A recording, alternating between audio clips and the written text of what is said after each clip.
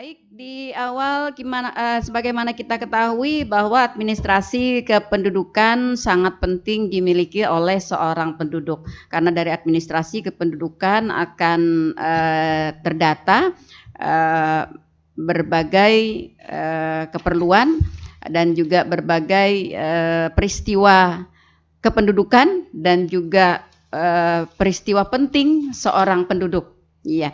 Nah, kita ingin pencerahan dulu tentang apa saja jenis administrasi kependudukan. Orang-orang biasanya lebih tahunya kalau di Dukcapil itu ngurusnya KTP dan KK. Iya, tapi ada sebenarnya jenis administrasi kependudukan yang lainnya. Siapa yang mau menjelaskan? Pak Fahmi? Baik. Oke, silahkan. Ya, untuk di pencatatan sipil ada 15 jenis pelayanan. Nah, ya. Yang pertama pembuatan akta kelahiran, akta kematian, akta perkawinan. Akta perkawinan, oke. Untuk non muslim itu. Akta perceraian, surat keterangan lahir mati, pengangkatan anak, pengesahan anak, pengakuan anak, perubahan status warganegaraan, kemudian perubahan nama. Itu dulu yang ingat. Ya. Nah, cukup banyak ya. Kita biasanya masyarakat kita lebih identik kalau ke di Dukcapil, lamun kada mau urus KTP, mau urus kakak, ya paling banter nanti mengurus akta kelahiran. Ya.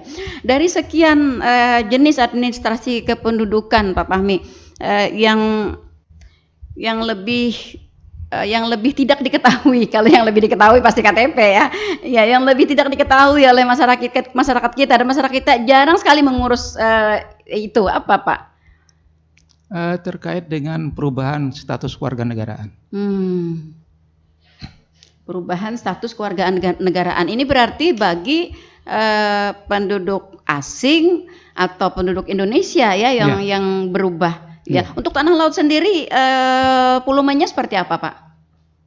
Volume. Artinya permintaan atau mungkin kemungkinan dari orang yang berubah status kependudukan. Sampai saat ini tidak ada yang berubah status. Tidak ada, padahal kita mungkin memiliki kemungkinan ada ya. Karena sebagaimana kita ketahui kita adalah daerah industri, kemudian daerah perkebunan ya, yang notabene biasanya ada penduduk luar mungkin yang datang ke kita bisa sebagai pekerja dan akan balik lagi, atau bisa juga nanti akan menetap di sini. Siapa tahu nanti penduduk itu misalnya menikah dengan orang sini begitu ya. Nah, tapi ternyata ini tidak menggunakan. Di tahun 2022 tidak ada. Tidak ada, oke. Tahun-tahun sebelumnya mungkin tidak ada juga. Tidak ada juga, iya. Nah, lalu Pak Fahmi, bagaimana upaya kita untuk dapat mensosialisasikan layanan atau jenis-jenis administrasi kependudukan yang belum terlalu banyak diketahui oleh masyarakat kita? Padahal itu penting bagi mereka, begitu. Kita biasanya tidak ada sosialis khusus terkait dengan perubahan status kewarganegaraan itu, karena memang tidak banyak orang yang itu, yang penduduk asing di sini. Oke.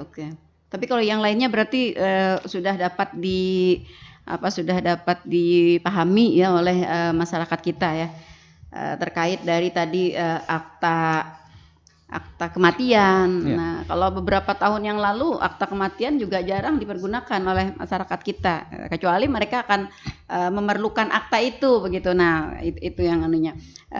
Lalu selama kurun waktu di sini kan kita melihat permudahan layanan ya, administrasi dan layanan berbasis teknologi. Nah, apa saja Pak jenis layanan yang diberikan oleh Dukcapil Kabupaten Tanah Laut? Mungkin juga dapat dimasukkan mungkin inovasi-inovasi dari layanannya. Siapa nih, Pak Bambang? Makasih Bu. Yep. Saat ini layanan di Dukcapil sudah sangat mudah sekali. Artinya masyarakat tidak lagi harus datang ke Dukcapil. Dia bisa mengajukan di rumah, kemudian juga bisa menggunakan aplikasi kalau memang bisa, kalau memang tidak bisa menggunakan WhatsApp. Paling gampang memang menggunakan WhatsApp ya, karena kan pasti semua orang menggunakan ya. Iya. Dengan WhatsApp sudah bisa ya Pak ya? Iya. Oke. Kemudian juga dia bisa mengajukan di rumah, dia mengambil dokumennya pun bisa menggunakan jasa pengiriman dengan sistem COD. Artinya dia tidak perlu lagi datang ke Dukcapil, kirim aja dari rumah, kemudian tunggu di rumah, dokumen akan sampai ke rumahnya sendiri. Begitu itu. Ya, luar biasa. Nah, ini salah satu inovasinya ya. Artinya tidak seperti kalau beberapa tahun yang lalu permasalahan yang cukup krusial dihadapi di pengurusan administrasi kependudukan ini terhadap antrian. Ya, antrian yang cukup panjang ya. Nah, saat ini dengan adanya layanan yang tidak harus datang ke rumah ya, yang berbasis teknologi ini artinya sudah mengatasi pada permasalahan itu ya Pak ya? Iya benar. Oke. Lalu tentang persyaratan untuk pengurusan administrasi kependudukan, apa saja nih Pak?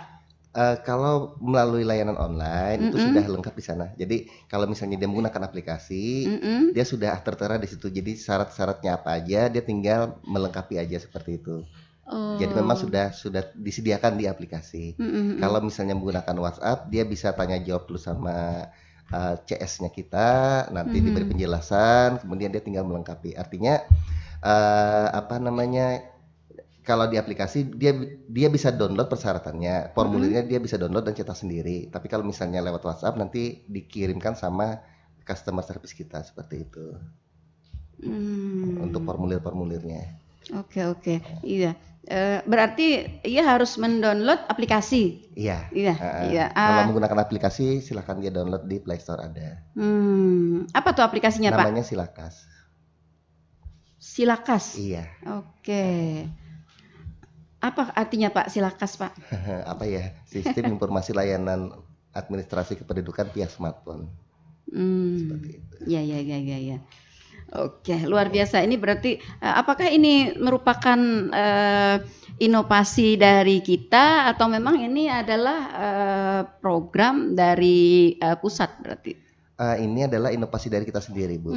Luar biasa ya. Alhamdulillah di tahun 2022 kemarin inovasi kita mendapat peringkat 3 di Kalsel Innovation Award KIA tahun 2022 kemarin. Oke, mulai kapan Pak ada inovasi aplikasi ini Pak? Aplikasi Silakas ini? Silakas ini pertama kali di launching di tahun 2019 Desember akhir. Iya. Sudah berjalan lebih dari 2 tahun ya. 21, 22, 23, oke.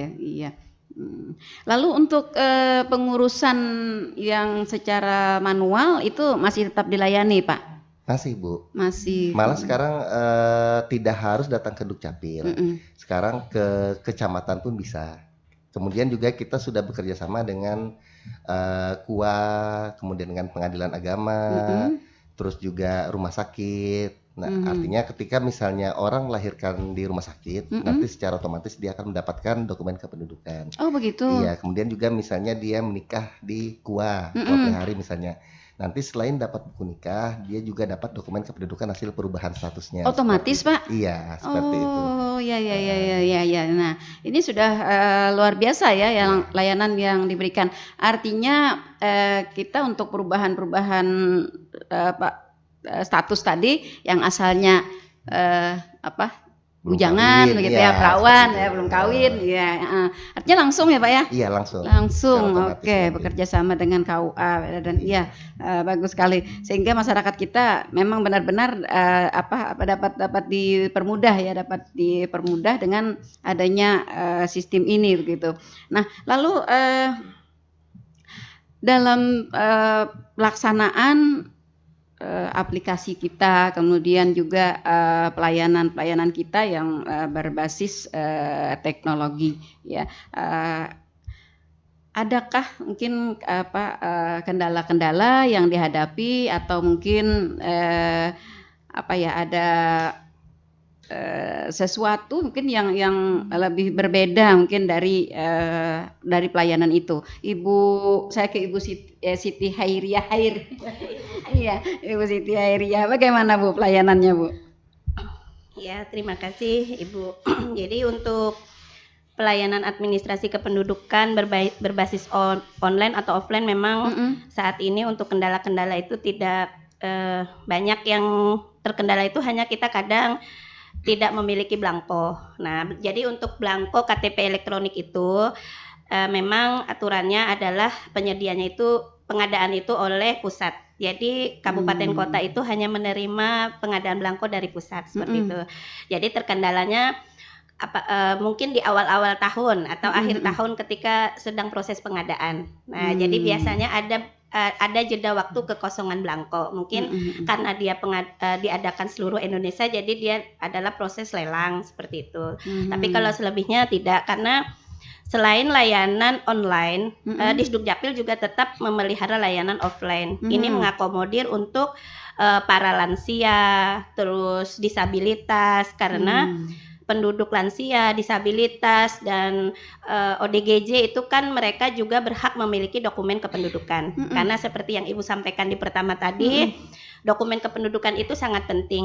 Apabila penduduk tidak memiliki dokumen kependudukan, maka dia tidak akan bisa menerima layanan publik lainnya, seperti bantuan dari Dinas Sosial, atau BPJS, dan sebagainya. Jadi kalau layanan online itu memudahkan penduduk yang sibuk, Bu. Seperti misalnya kayak Pian nih, pagi di radio, terus siang ada kegiatan lain, sulit datang ke Capil, udah tinggal mana handphonemu, ketik di handphone, selesai. Dan mengambilnya pun mudah, karena sekarang kita itu pakai kertas A4 80 gram. Apabila sibuk tidak perlu ke Capil, bisa dikirim PDF-nya, cetak sendiri. Atau kalau yang agak jauhan, misalnya tidak punya printer, bisa dikirim lewat pos jauh dekat 10.000 gitu.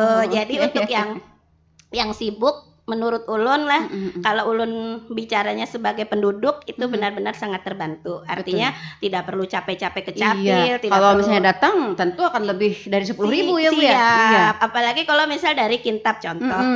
Bensinnya berapa, sampai di sini nggak mungkin nggak makan-makan kayak gitu. Tapi dengan ketik Silakas atau via WA, cukup di Kintab aja, nanti malas ke sini, keluarkan 10.000 rupiah, dokumen udah sampai di tempat. Seperti itu. Selain itu, Ibu, apakah juga ada layanan mobile misalnya, atau layanan keliling dari Dukcapil? Mungkin saja ada daerah-daerah terpencil, daerah-daerah kita yang jauh mungkin yang kurang terjangkau atau kurang baik lah mungkin sinyal ininya gitu. Nah, sehingga mereka untuk datang langsung ke Disdukcapil berat di ongkos gitu ya. Nah, untuk mengakses aplikasi Silakas itu terkendala dengan sinyal. Nah, bagaimana pelayanan itu? Jadi untuk menghindari hal-hal seperti itu, kita tetap punya layanan, Bu, namanya inovasinya Lanjung.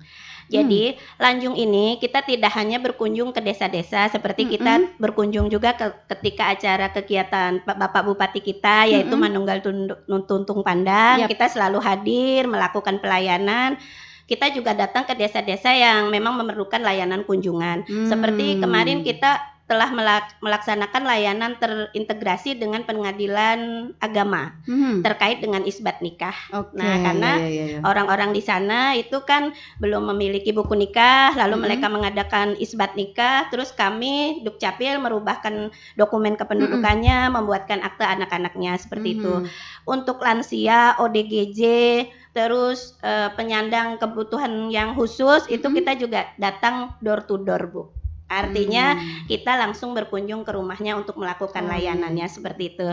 Jadi jangan ragu-ragu apabila ada keluarga atau kerabat atau tetangga yang memang memerlukan dokumen, bisa menghubungi di WA-nya Disdukcapil di 0811 508 504. Nah, jadi untuk minta layanan dikunjungi seperti itu.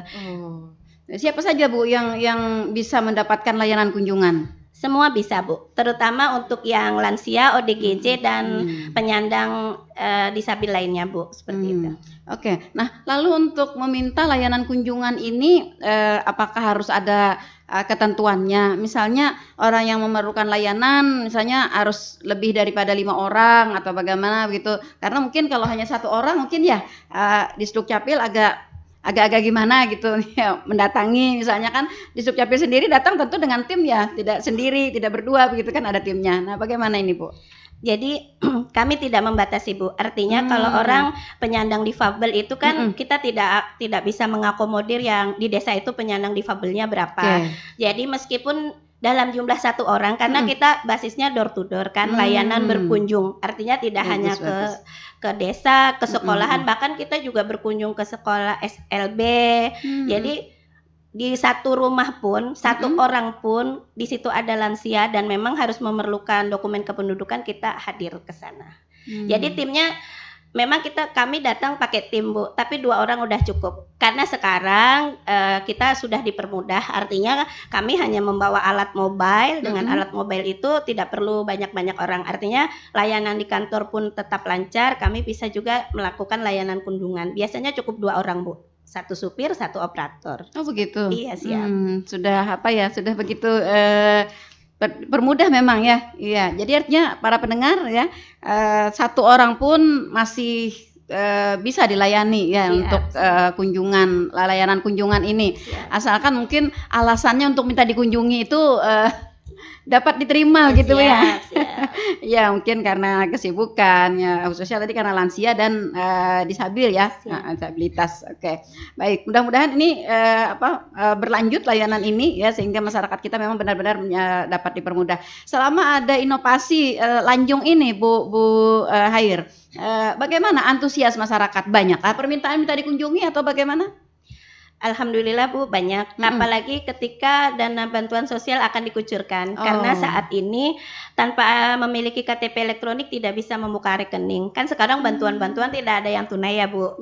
Semua masuk rekening. Jadi biasanya desa itu akan mengakomodir dan menginfokan ke kita, maka kita akan datang berkunjung seperti itu, Bu, untuk memberikan layanan untuk lansia-lansia kita.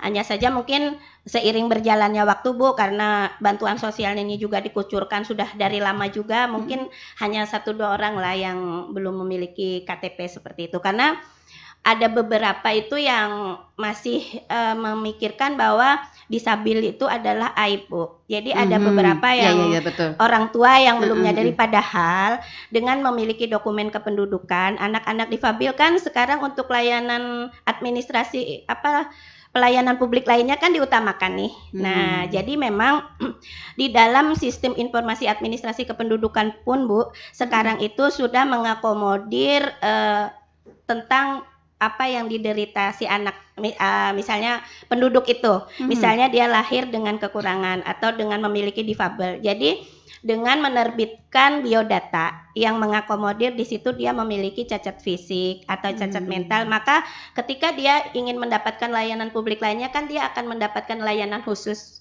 Karena sekarang sistem pelayanan publik yang sekarang kan memang mengakomodir, memudahkan semua. Artinya tidak hanya orang yang sehat saja, tapi untuk yang difabel. Contohnya di Dukcapil sendiri, karena memang pelaku pelayanan publik harus menyediakan loket difabel, sampai dengan kalau untuk yang tunanetra pun harus ada huruf braille ya, seperti itu huruf braille ya. Jadi memang sebenarnya tidak usahlah cacat fisik itu jangan dianggap aib. Artinya apabila kita harus mendapatkan administrasi kependudukan yang dilaporkan ke Dukcapil. Dan kita pun tidak menerbitkan, tidak mengakomodir di dalam identitasnya itu tertulis cacat fisik atau cacat mental. Kita hanya menyimpannya di dalam biodata. Jadi apabila anak-anak penderita difabel, misalnya dia bisa minta cetakan di Dukcapil untuk biodatanya. Jadi di biodata itu ada terbaca, Bu. Nah, kemarin kita sudah mengakomodir di SLB yang sudah kita datangi, kita lakukan layanan kunjungan. Jadi anak-anak di sana itu untuk mendapatkan layanan publik kita cetakkan untuk biodatanya yang di situ terbaca mereka penyandang difabel seperti itu, Bu. Oke, iya luar biasa ya. Artinya masyarakat kita sudah begitu paham ya untuk layanan kunjungan ini begitu ya, sehingga lebih banyak yang sudah meminta, dia sudah paham ya. Saya ke Pak Fahmi. Pak Fahmi, Kabid Pencatatan Sipil, ruang lingkup pencatatan sipil ini apa aja, Pak? Pencatatan peristiwa penting terkait dengan dari lahir menikah dan sampai mati. Berarti ini layanannya ada apa? Pencatatan ke akta kelahiran begitu ya? Seperti itu ya? Perkawinan sampai kematian. Perkawinan, iya. Oke, ya. Dari jumlah penduduk kita yang sekian gitu, prosentasi penduduk kita yang mencatatkan peristiwa pentingnya ini, peristiwa dari lahir sampai ininya, berapa persen, Pak? Kalau untuk anak usia 0 sampai 18 tahun, anak yang sudah memiliki akta kelahiran itu 98,80%. Wow. Oke, sudah luar biasa ya Pak ya. Iya. Kalau yang kayak KTP itu kan kita punya, sekarang kan KTP berlakunya satu untuk selamanya kan Pak ya? Iya, satu untuk selamanya. Lalu pada saat apa lagi orang membuat KTP Pak? Oh, Bu Hair, oke, silahkan. Jadi KTP elektronik memang berlaku seumur hidup, tapi apabila KTP manual juga kan? Iya. KTP manual juga. KTP manual itu sekarang namanya KTP elektronik, Bu, izin. Oh, gitu juga. Sekarang kita dari Kementerian Dalam Negeri khususnya Ditjen Administrasi Kependudukan memang memiliki identitas baru namanya identitas digital. Jadi kita hanya menyimpan dokumen kita di HP. Hanya saja HP-nya harus Android, tidak bisa untuk iPhone untuk saat ini. Iya. Jadi untuk penduduk yang belum memahami apa itu identitas digital, bisa datang langsung ke Disduk Capil atau datang ke kecamatan yang sudah terkoneksi dengan Disduk Capil. Bisa semua kecamatan tidak ya? Untuk Tanah Laut bagaimana? Untuk saat ini kecamatan kita belum connect Pak Nggih, karena ada gangguan di jaringannya. Tapi kalau kayak di Panyipatan, Bajuin, Bumi Makmur, Kurau itu sudah connect aja, jadi bisa datang ke kecamatan terdekat untuk melakukan aktivasi identitas digitalnya seperti itu. Kalau KTP elektronik sendiri yang fisiknya itu memang berlaku seumur hidup, tapi apabila penduduk itu ingin melakukan perubahan itu bisa dengan pada saat perubahan elemen data. Jadi kalau dulu kan mikir, oh anak-anak SMA malah saya foto masih SMA nanti saya jelek, dekil gitu kan. Padahal karena mereka berpikir ini kan untuk seumur hidup, padahal tidak seperti itu. Artinya apabila merubah elemen data, misalnya dia menikah, atau dia pindah alamat, atau dia pindah pekerjaan, dia bisa melakukan perubahan foto. Jadi ketika dia melakukan perubahan elemen data untuk merubah foto, misalnya yang dulu masih muda banget, masih unyu-unyu, terus sekarang udah tua mau kalau bahasa Banjar itu masih kurisaan. Iya betul, masih kurisaan kayak gitu, mau diperbaruin dengan yang sekarang udah glowing ya Bu. Bisa aja silahkan datang ke Dukcapil bawa KTP-nya. Nanti kita, tapi kalau perubahan foto memang harus langsung ke Dukcapil Bu. Karena prosesnya itu diambil foto langsung dicetak seperti itu. Oh jadi ngambil fotonya langsung di Dukcapil. Bukan bawa foto dari rumah gitu ya, foto yang sudah diedit gitu. Tidak. Iya. Sehingga kelihatan glowing banget gitu. Tidak. Jadi langsung di situ gitu. Jadi untuk khusus untuk penggantian foto tadi hanya khusus untuk penggantian bisa ya? Bisa sih ya. Bisa ya. Nah, itu ya para pendengar, mungkin Anda belum begitu banyak yang tahu ini ya. Iya. Kadang-kadang di KTP itu akan sangat berbeda dengan kondisi sekarang. Iya, kondisi sekarang. Nah, artinya pada saat ini ya sudah dimungkinkan Anda dapat mengganti foto dengan kondisi yang baru. Iya, sehingga lebih ada suara pendengar. Oke, baik, kami menunggu suara Anda di 0811 5012 304. Jangan lewatkan ya para pendengar kesempatan kita di pagi hari ini, mumpung ada para pejabat dari Disduk Capil Kabupaten Tanah Laut yang hadir di Studio 1 Norma FM. Anda dapat berkonsultasi. Baik, halo selamat pagi. Selamat pagi, Assalamualaikum. Waalaikumsalam warahmatullahi wabarakatuh. Apa kabar Bu Arma? Alhamdulillah sehat. Semangat. Iya. Salam sehat juga Bunda lawan yang semuanya ada di sana. Iya, amin. Hari ke-15 hari ini, Bu. Alhamdulillah. Ada apa-apa lagi Bunda. Oh, iya, masih utuh ya, Bu ya? Iya, masalahnya kurang lebih Bunda Nelly juga umurnya mah. Alhamdulillah nggih, mudah-mudahan. Tuh ulun paling kalau udah 2 4 tahun kalau. Oke, baik. Apa nih Bu yang mau dipertanyakan? Nah, itu tadi pas benar Bunda aku kira lawan KTP nih. KTP itu kan sudah fotonya udah hilang tuh gambarnya Bunda. Ya. Tapi itu anak ulun itu. Kalau maksudnya gambar di sana tuh kayak apa maksudnya Bunda? Oke. Iya. Ada bawa foto bang rumah, tapi di sana memang maksudnya kayak apa itu? Aku takon di situ. Oke, ini akan dijawab nih oleh Bu Hair nanti ya. Oke, itu aja Bu. Ya cuma itu dasar itu fotonya hilang, apa anak habis gitu, nah bukannya hilang kan sudah. Iya. Iya. Kelamaan. Makanya anaknya lompat turun aja yang ke sana tuh kayak apa kayak itu nah. Oh begitu. Oke, baik. Iya. Kamu punya fotonya di sana tuh kayak apa gitu. Iya. Oke. Pas banget Bunda. Makasih banyak Bunda. Yuk. Semangat terus yang ada di sana semuanya sama Ibu tadi juga. Iya, semangat semuanya nggih. Makasih. Assalamualaikum. Waalaikumsalam warahmatullahi wabarakatuh. Iya. Bu Armah di Ambungan. Iya, di Ambungan. Nah, ini pertanyaannya tentang foto di KTP tadi ya. Memang karena kelamaan jadinya sudah hilang ya. Tidak terlihat lagi, tidak terlihat secara jelas lagi nih fotonya. Nah, maksudnya diambil di situ kata Bu Armah. Misalnya Bu Armahnya yang datang kan KTP-nya KTP anaknya tuh yang hilang fotonya begitu. Ya. Bagaimana apakah Ibu Armah mungkin karena anaknya kesibukan atau tidak bisa datang itu Bu Armah datang membawakan foto anaknya.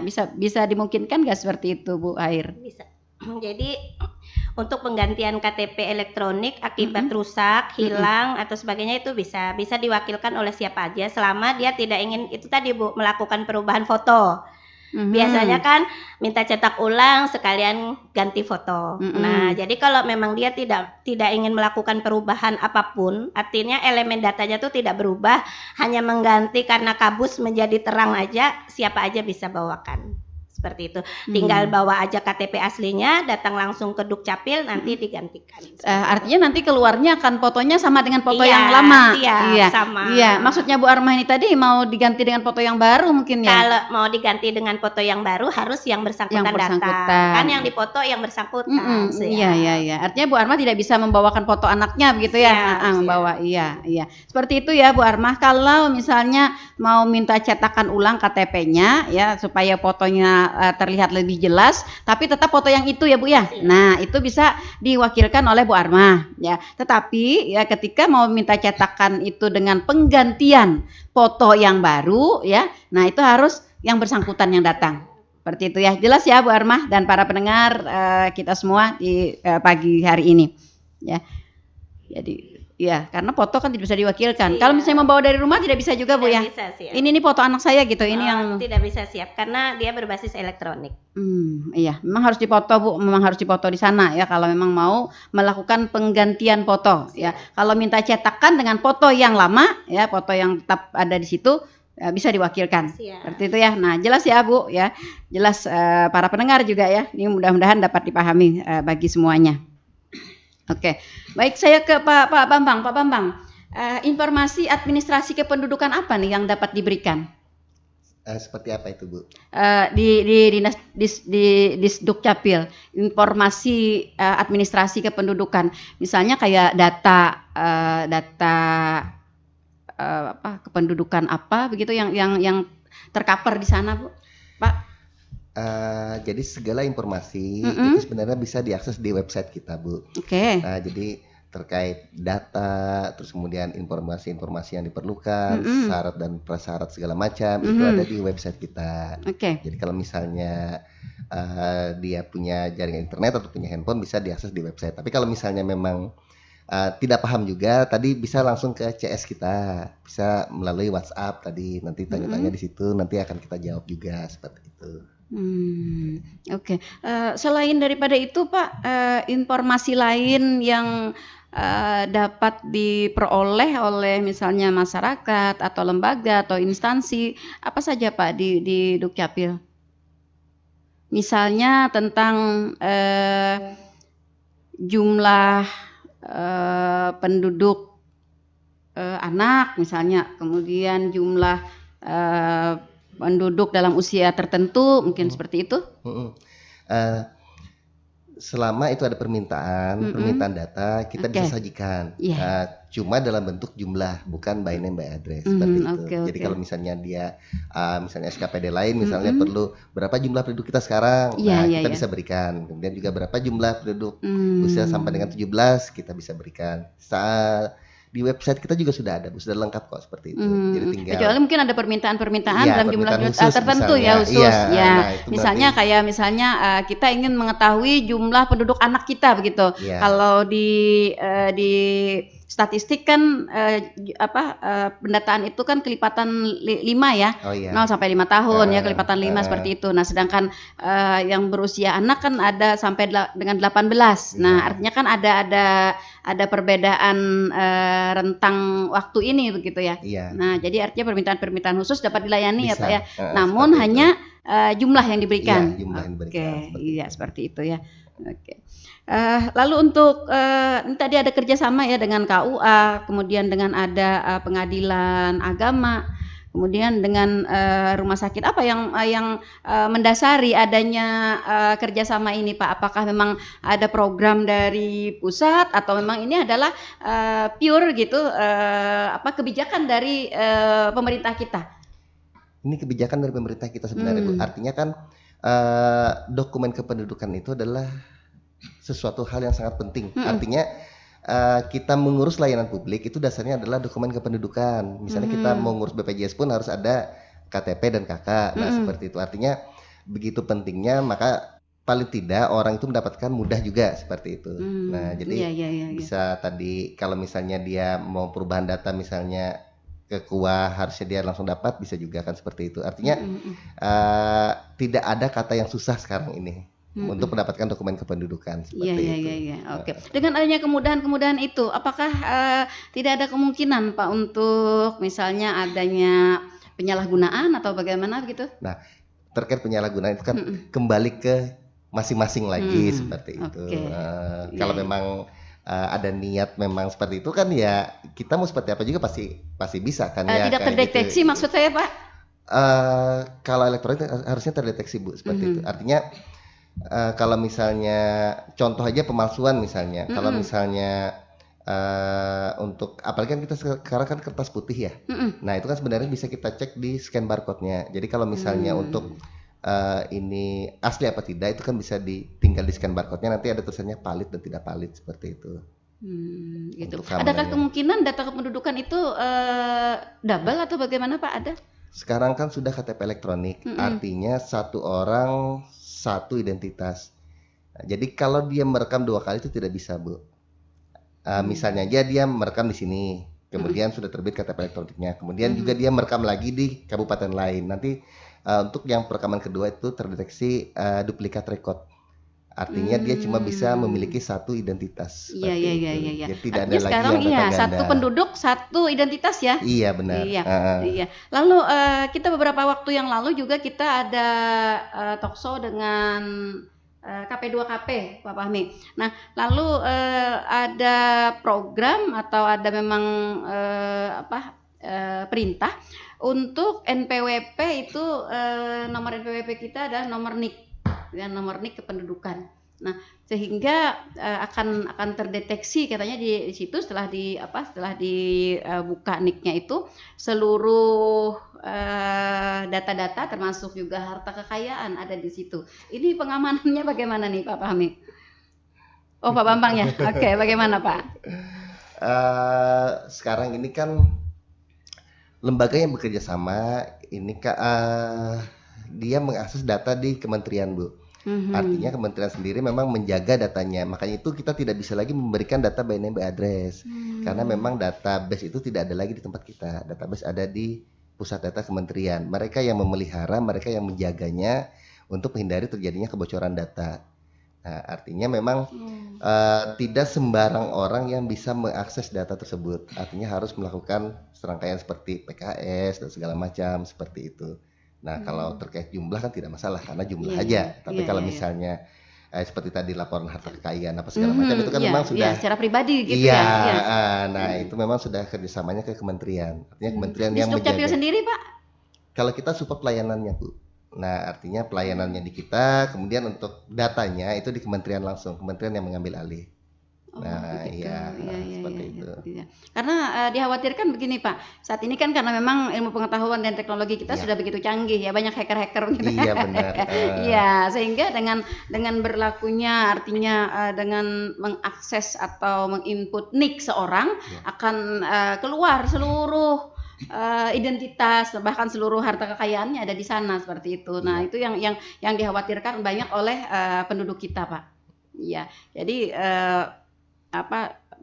sebagian ada yang menerima, kemudian sebagian ada yang agak khawatir begitu ya. Nah, khawatirnya ini terkait dengan keamanan data kita, karena kadang-kadang ada hacker mungkin atau apa gitu yang mengetahui data kita, sebenarnya dia tidak berkompeten untuk mengetahui itu seperti itu. Nah, ya. Jadi penjelasannya artinya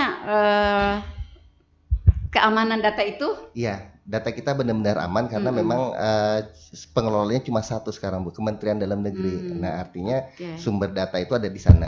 Mereka yang mengelola, mereka yang melindungi seperti itu. Nah, jadi tidak bisa lagi sembarang orang untuk mengakses ataupun ada pihak-pihak tertentu yang mau coba kayak seperti hacker tadi, kemungkinan tidak akan bisa lagi seperti itu. Karena memang sudah dilindungi sama kementerian. Iya, jangan khawatir berarti ya. Jangan khawatir, artinya segala program pemerintah tentu sudah diuji, diuji kelayakannya, diuji keamanannya, diuji kemudahannya, gitu ya. Sehingga memang benar-benar hanya saja mungkin namanya orang banyak ya Pak ya, kadang-kadang pendapat orang kan beda-beda ya, pendapat orang beda-beda, asumsi orang juga beda-beda. Nah seperti itu, kita berharap mudah-mudahan apa yang diprogramkan oleh pemerintah untuk mempermudah layanan administrasi kependudukan bagi penduduk kita dapat diapresiasi oleh semua pihak begitu ya, oleh semua pihak.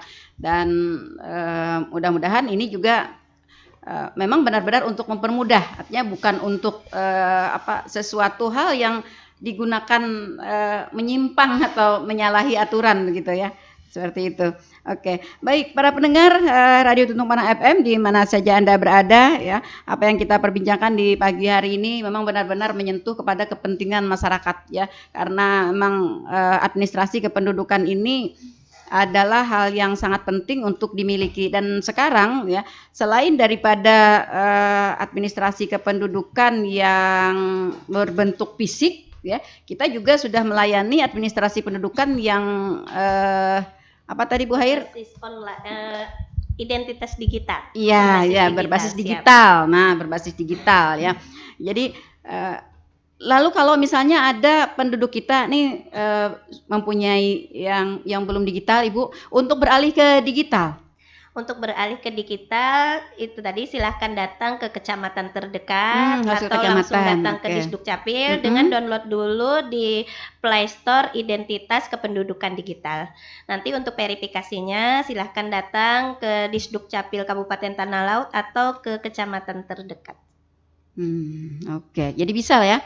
Siapa tahu mungkin tidak untuk mengurangi kencangnya dompet. Iya betul. Biasanya kan kalau dompet suka tertinggal, tapi kalau handphone biasanya tidak akan tertinggal. Iya betul. Kalau dompet tertinggal Bu nggak balik ngambil, tapi kalau handphone tertinggal pasti balik. Ya. Karena ada banyak di sana. Ya. Seperti itu ya. Jadi lebih mempermudah mungkin di handphone ya. Nah lalu di digital ini Ibu, ketika data kita atau administrasi pendudukan kita ada di sana, pada suatu ketika ya handphone kita ini rusak, berganti handphone baru, ini kondisinya bagaimana? Jadi gini, kalau untuk handphone kita rusak atau hilang jangan khawatir, karena memang seperti yang disampaikan Pak Bambang tadi, artinya integrasi layanan ini memang datanya udah benar-benar tersimpan di data center pusat dan kerahasiaan data kita, juga keamanan data kita tuh dilindungi oleh undang-undang juga, oleh Undang-Undang 24 tahun 2016 juga sudah diatur oleh Permendagri seperti itu. Jadi kalau misalnya handphonenya rusak karena di dalam identitas digital itu ada sandi kita. Jadi artinya ada KK kita. Ya. Kalau misalnya handphonenya hilang tinggal lapor aja ke Dukcapil untuk tidak diaktifasi lagi. Kemudian beli handphone baru tinggal diaktifasi ke handphone barunya seperti itu. Jadi artinya identitas digital itu bahkan untuk membuka KTP-L-nya saja itu sudah pakai K. Artinya pakai kunci, pakai password yang hanya kita sendiri yang punya seperti itu. Jadi misalnya jatuh, hilang itu aman aja. Oke, K-nya itu atau passwordnya itu apakah angka, nomor atau Angka, Bu. angka? Siap. Lupa password bagaimana, Bu? Kalau lupa password nanti diregistrasi ulang. Seperti itu. Iya. Jadi mudah sekali dan ini benar-benar kedepannya karena memang dia berbasis wajah itu pakai pengenal wajah. Jadi dia aktivasinya juga pakai wajah kita seperti itu. Iya. Jadi dia tidak akan mungkin tertukar dan keamanannya memang benar-benar terjaga. Iya, luar biasa sekarang sudah begitu canggih ya.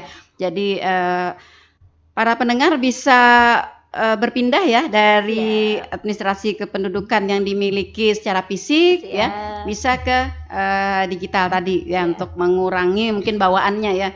Oke, baik, masih ada pendengar kita yang bergabung. Oke, selamat pagi suara pendengar. Iya, dengan siapa di mana? Kan Bu, lagi di OTW, Pak. Oke. Gini Bu, saya mau nanya nih. Kemarin tuh kan saya ngurus anak saya tuh HIV. Ternyata Halo. di dinas sosial kalau nggak salah waktu itu datanya itu kalau nggak KTP atau kartu keluarga saya nggak terverifikasi lagi.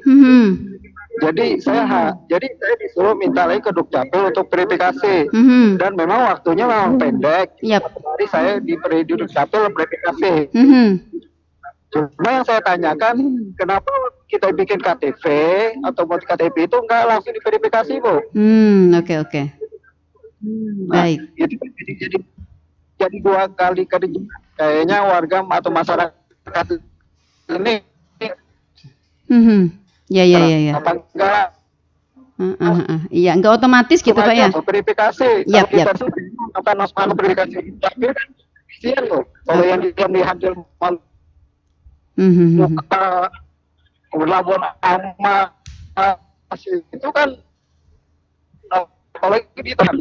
Oke. Iya, agak putus-putus karena bapaknya OTW tadi, ya.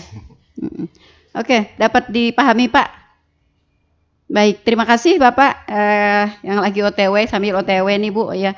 Mungkin dapat dipahami Pak agak-agak putus-putus ya suara Sidin. Ya, tapi saya dapat menangkap nih tadi pertanyaan beliau nih bahwa anak beliau yang akan mendapatkan bantuan sosial ya.